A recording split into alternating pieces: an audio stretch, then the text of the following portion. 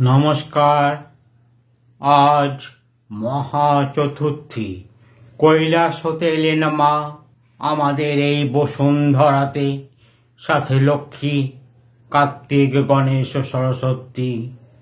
কৈলাস হতে মায়ের আগমনে গ্রাম হতে শহর, ঘর হতে বাইরে সর্বত্র পরিষ্কার পরিচ্ছন্ন।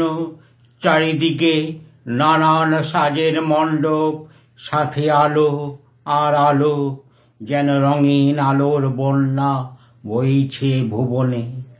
সব ভেদাভেদ ভুলে মণ্ডপে মণ্ডপে মানুষের ভিড়।